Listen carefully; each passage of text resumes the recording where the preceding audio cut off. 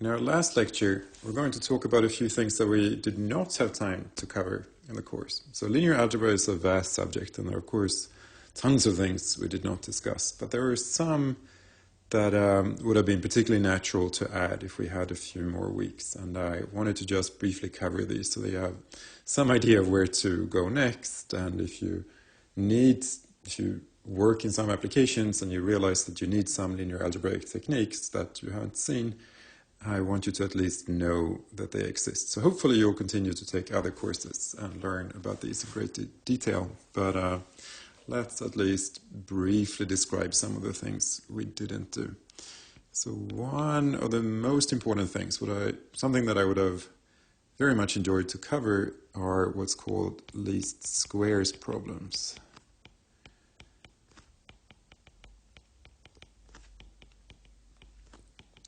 And the idea here is to solve a linear system. So consider a system AX equal to B. Let me write it a little larger actually. AX is equal to B. And now suppose that the system is inconsistent.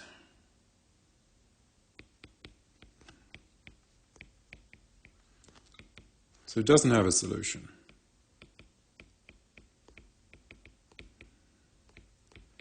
So remember that this means that B does not belong to the range of A. Or suppose that the coefficient matrix is rectangular.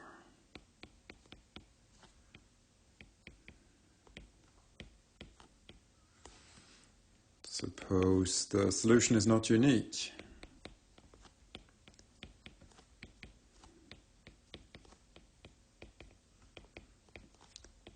Which is to say that the kernel of the null space consists of more than just the zero vector. So it turns out that you can still define a specific vector x that in some sense is the best solution. What's the best you can do in cases where there may not be an exact solution, and if there is one, there might be many to choose from, but there's a systematic way of saying that there's one specific one that's best. And the idea is to really view this as an optimization problem or a minimization problem, perhaps. So let's write this down. There is a way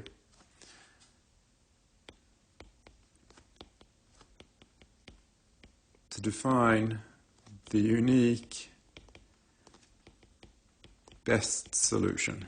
Of course, you can define this in many ways, but this is just one. It's a very common one. So this solution X is called the least square solution. And so the least square solution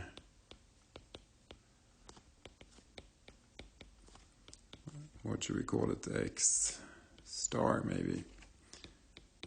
So it satisfies, so first of all, it's the one for which you do as well as you possibly can in solving it. So in cases where we cannot make this to zero, there's no vector x for which this is zero, you can still make sure that it's the best you can possibly do.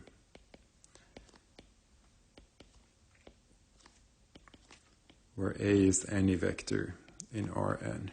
So here we think of A as being a general matrix, and B is a general vector. So A is of size m by n, and B is just any vector of size m by n. And we're looking for a solution x that has length n.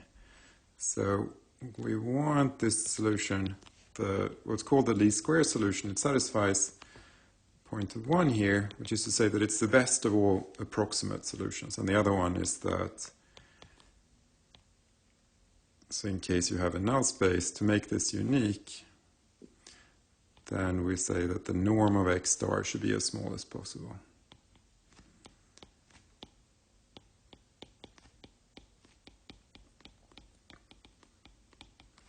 So in cases where you have a null space for A, you have infinitely many solutions, and you simply pick the one that's the closest to the origin. This turns out to be a unique point.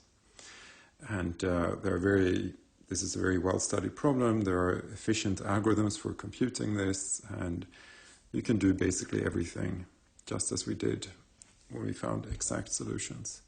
And you can see that this is very relevant in many applications, because oftentimes you want to solve a problem where A and B represents measured data in some way, so there's going to be noise.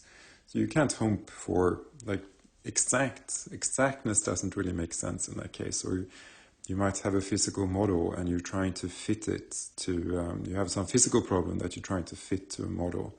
So you measure some data points and you try to fit them to an exponential or something like that, and then you could also formulate this as a linear system in this sense. So this is an extremely common technique that some of you may have seen already, and if you haven't, I would hope that you see it in future coursework or get an opportunity to read up on it for yourselves. Another thing we did not cover are other matrix factorizations. So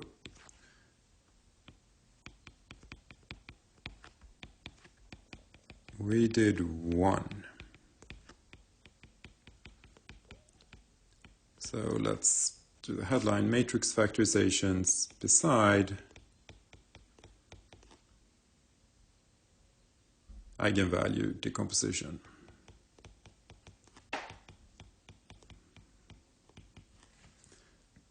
So in the class, so we discussed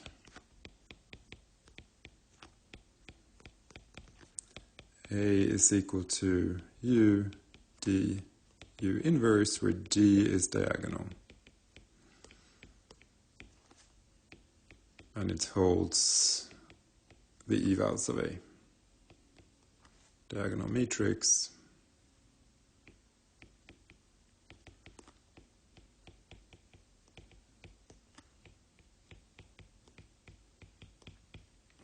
Yeah, so this factorization, it works very well. If A is symmetric, then this is a great factorization to work with.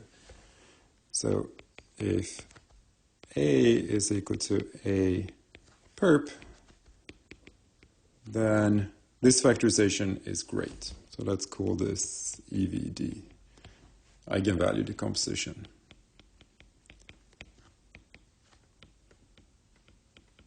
It always exists.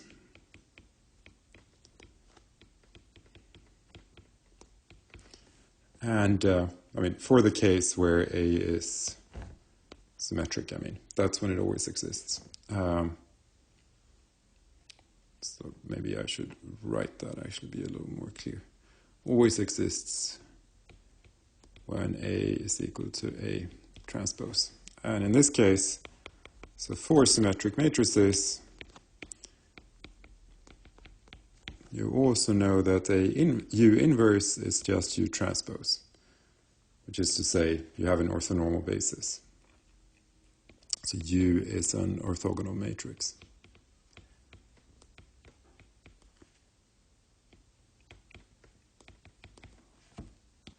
But if A is not symmetric, then this factorization may or may not exist, and even when it does exist, it's oftentimes not very useful because working with the inverse is a little inconvenient and so on. So for general matrices,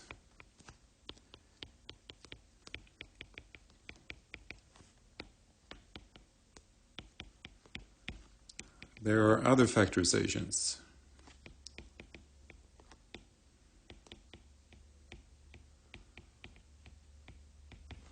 So this would have been a very natural thing to cover next. If we had another few weeks, then very likely the next thing we would have talked about would be singular value decomposition, for instance. It's one of them. It's probably the most important one. So you could write A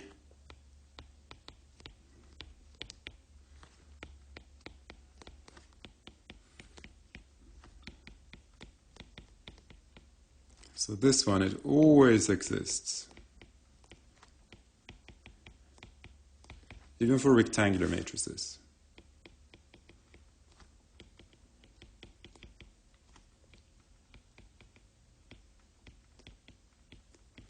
And it looks like this. So if you're given an m by n matrix, you can write it. There are a few different ways of doing this.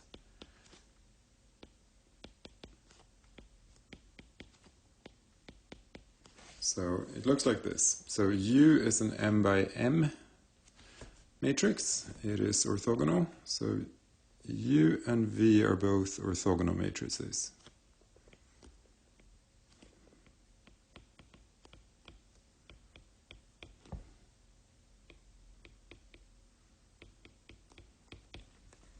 And D is diagonal.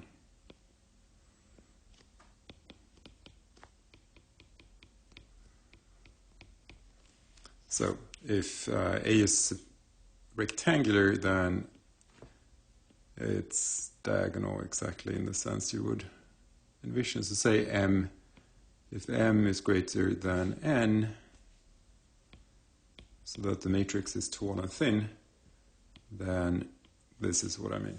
So you have on the 1-1 entry, the 2-2 entry, all the way down to the NN entry are the non-zero ones. And these are called singular values. Maybe we should write this out, make it a little more clear. So D, it's sigma 1, sigma 2, down to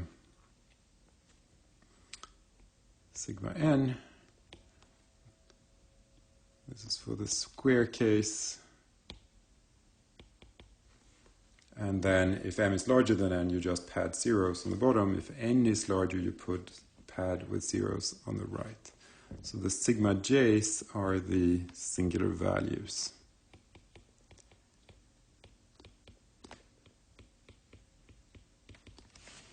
And the SVD is super versatile. Let's call this SVD. So the SVD is a Swiss Army knife for factorizations, really. It can do everything.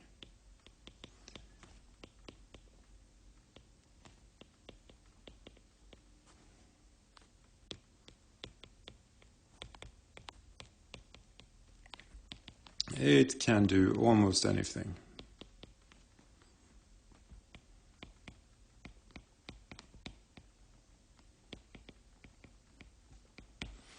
So what can it do? You can use it for, let's create a little space down here.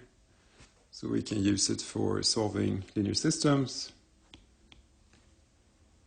So you can use it to solve AX equal to B, even in the least square sense.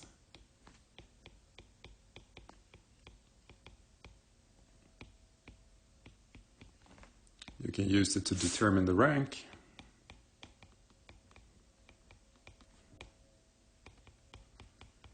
It is excellent for building bases for the range and the kernel, and so on. So there are all sorts of different subspaces that are associated with a given matrix, and the SVD provides you with orthonormal basis for all of them. So it is an extraordinarily useful factorization that I strongly encourage you to read up on. I mean, it's not covered in the course, don't worry, but it's a very good thing to know about going forwards. Another factorization is the QR factorization. So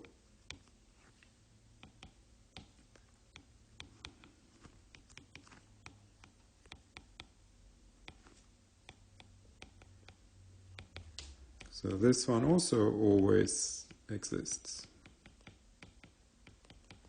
for any matrix, square or rectangular or anything. So if A is of size m by n, you can always write this as Q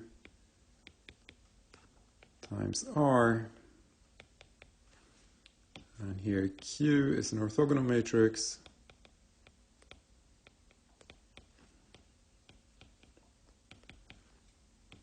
And R is upper triangular.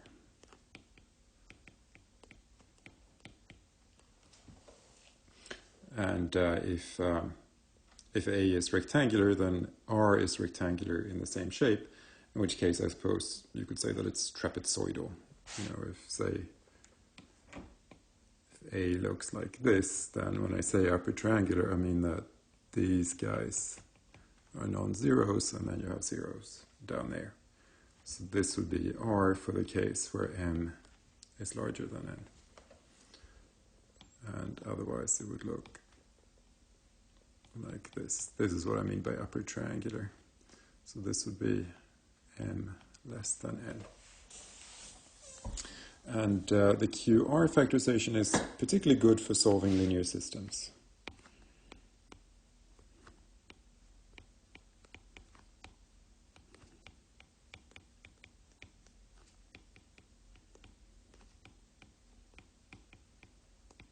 In particular in the least square sense.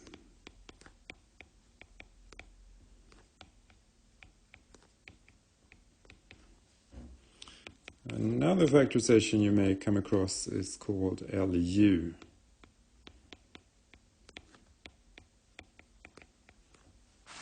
And this one it's most common for square matrices. You can do it for non-square as well.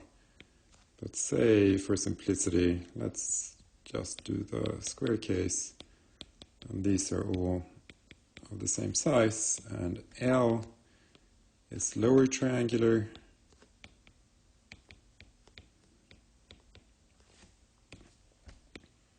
And U is upper triangular, hence the names. L for lower and U for upper. And it's a good factorization for solving linear systems.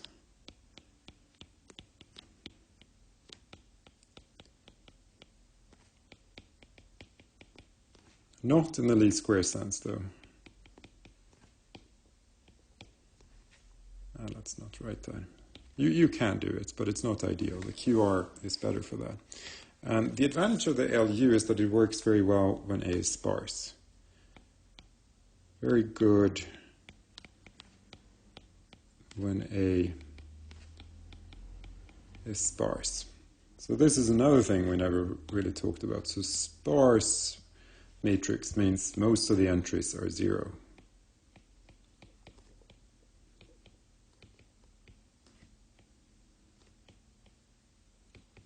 And this is something you may very well encounter going forwards. When you discretize differential equations, you get large sparse matrices. In data applications, you often get sparse matrices. They're associated with graphs, so a lot of algorithms can be analyzed in terms of there's some graph structure that's associated with a matrix, and so on. So sparse matrices are very, very useful.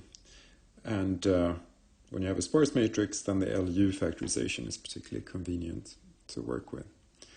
It's also good when A is very large,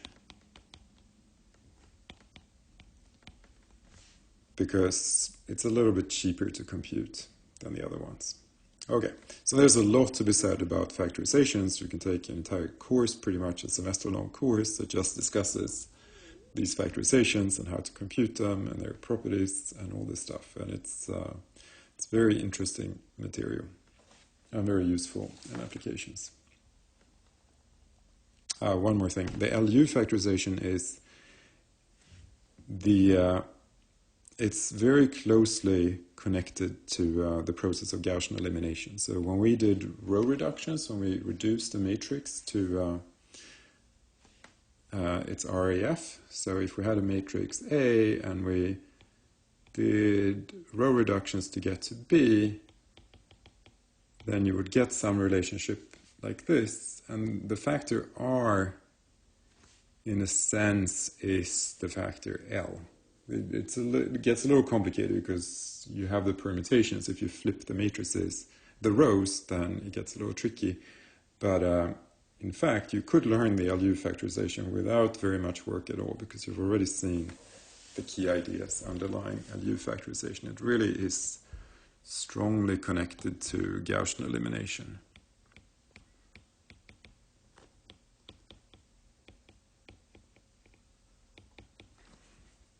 All right. Another thing we have not talked about is complex arithmetic. So in the course, essentially all matrices that we considered were real. So all matrices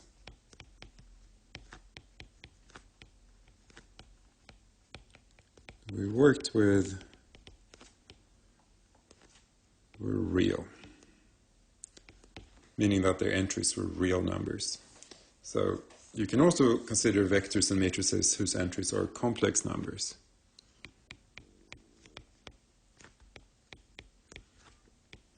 And this is very common in applications. So you can consider matrices and vectors with complex entries.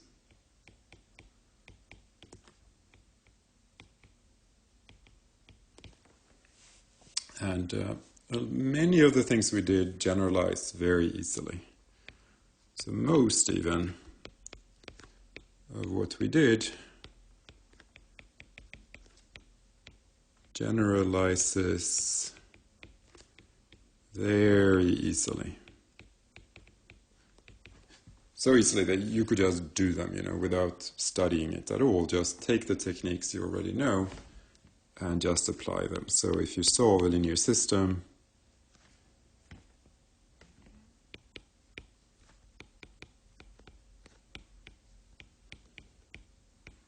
then the algorithms that we covered, these row reductions, all this stuff, it just carries over verbatim. It looks exactly the same. Questions of linear independence look exactly the same. Just replace all scalars by complex numbers and everything works. So spanning sets, basis, the kernel and the range of a matrix.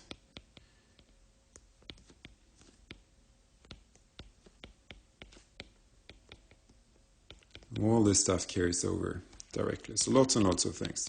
You could just do them. Without studying anything additional, you can just apply a lot of what we learned to complex matrices, and there will be basically no change. But there is one very, very big difference between real and complex numbers. However, there is a huge difference once you consider eigenvalues and eigenvectors. There are huge differences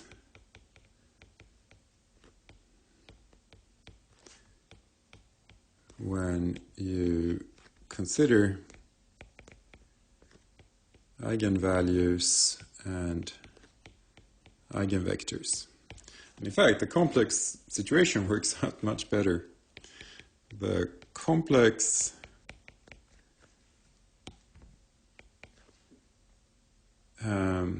setting is much better. It's a much cleaner theory in the complex case. And the issue is that there are many real matrices for which the eigenvalue decomposition is complex. For many real matrices, the eigenvalue decomposition, what I called EVD on a slide, a couple slides back, is complex valued. So if you have a decomposition like this, even if A is real, it turns out that these guys can all be complex. So we couldn't cover that in this course because we never discussed complex matrices, so we couldn't do this, but it is really very useful. Let's do just a simple example. So a matrix that we did see is the matrix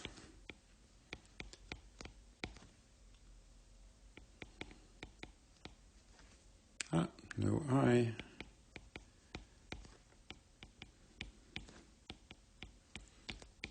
Okay, so you remember this guy? What this did was that it took, if you have a vector x, then what it did was A of x is rotation by the angle theta. And now let's see if we can find the eigenvalues. So now I'm going to, when I write the characteristic polynomial, I'm going to use z as a variable, specifically to emphasize that this guy might now be complex, because let's see how this works out. So it's z minus cosine theta, sine theta, minus sine theta, c minus cosine theta. So this is z minus cosine theta squared plus sine theta squared. All right, so if sine theta is not 0, then if you look at this term, you see that this is strictly positive, so there can be no solution. No matter how you pick c, there is no real solution to this equation. But if you allow for complex numbers, let's write that down, then no real solution. But if we allow complex, then you get c is just cosine theta plus minus I sine theta. So one solution would be cosine theta plus I sine theta, which is e I theta, and the other one is e to the minus I theta. Okay, so this is very nice. Notice here, remember this came up as one of your exercises. If you have a matrix that preserves the length of every vector, so this one does, then we show that the absolute value of lambda of any eigenvalue of this matrix has to be 1. And you see that this relationship does hold true for this particular matrix. It just rotates the vectors, it preserves its length, and you see that the two eigenvalues do have modulus 1, both of them, for any theta. And what are the eigenvectors? So u1 is 1 over root 2, 1i, and u2 is 1 over root 2, 1 minus I. So what this means is that A can be written as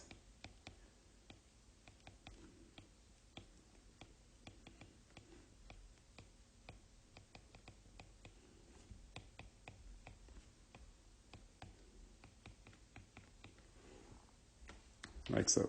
Okay, so this guy is u, this is u inverse, which is not exactly the transpose in this case, it's the transpose and the complex conjugate. So there are some slight differences in this case between the real and the complex case, as you would imagine. But the point here is that, let me tell you why complex is better. So why is complex better?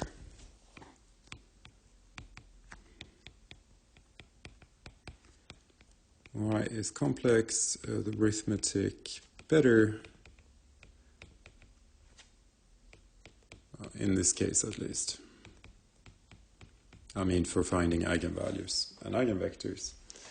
And it is the following, that for a general n by n matrix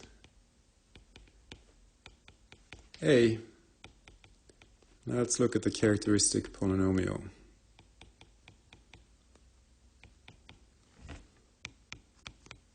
So this is the determinant of Ci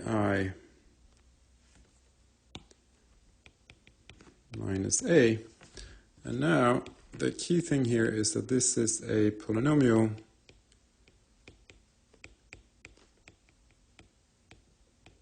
exactly n.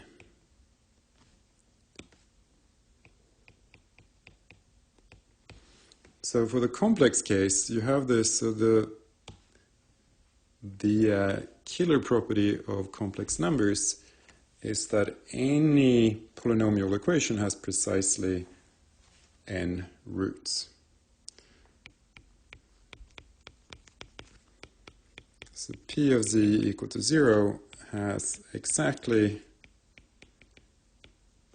n complex roots. And this is the fundamental theory, the fundamental theorem of something or other.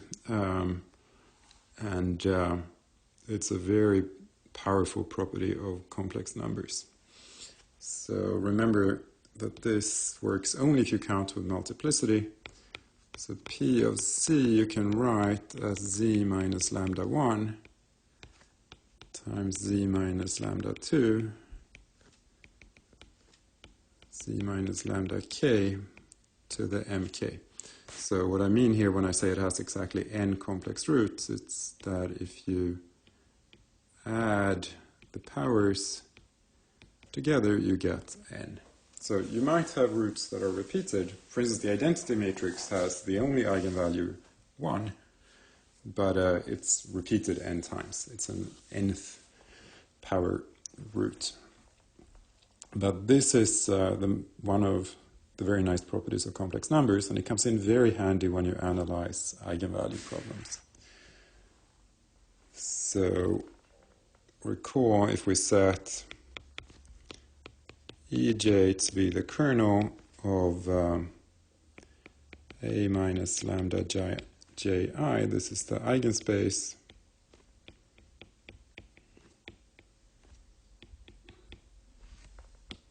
Then you have a nice theorem that says if the dimension of each eigenspace is equal to mj, then you have a spectral decomposition like this. Then you can diagonalize A. And mj is called the algebraic multiplicity.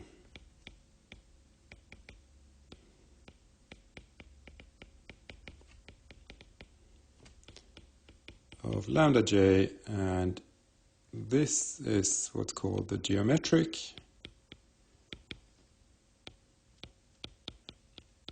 multiplicity of lambda j, and it equals to, you can think of this as the number of linearly independent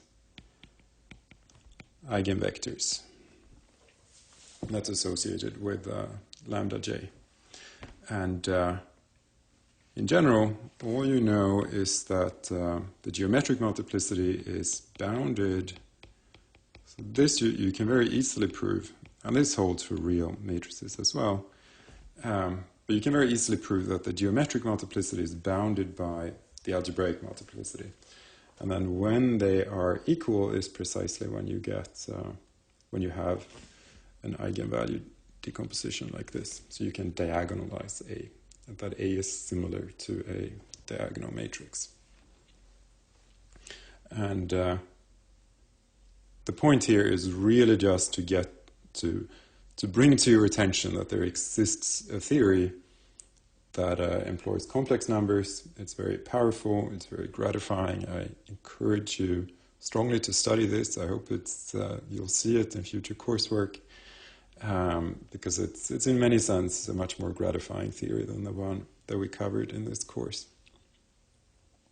And this stuff is really tremendously useful in applications. And you can generalize to other scalar fields as well. You can consider matrices and vectors over, say, the binary field, just 0 and 1, or you can do all sorts of different rings, and there are applications in pure math, in computer science, and there's a lot of interesting stuff. So I very much hope that this has been your first close encounter with linear algebra, and I very much hope, and I'm pretty sure that it won't be your last. It's a very both useful and beautiful topic. All right.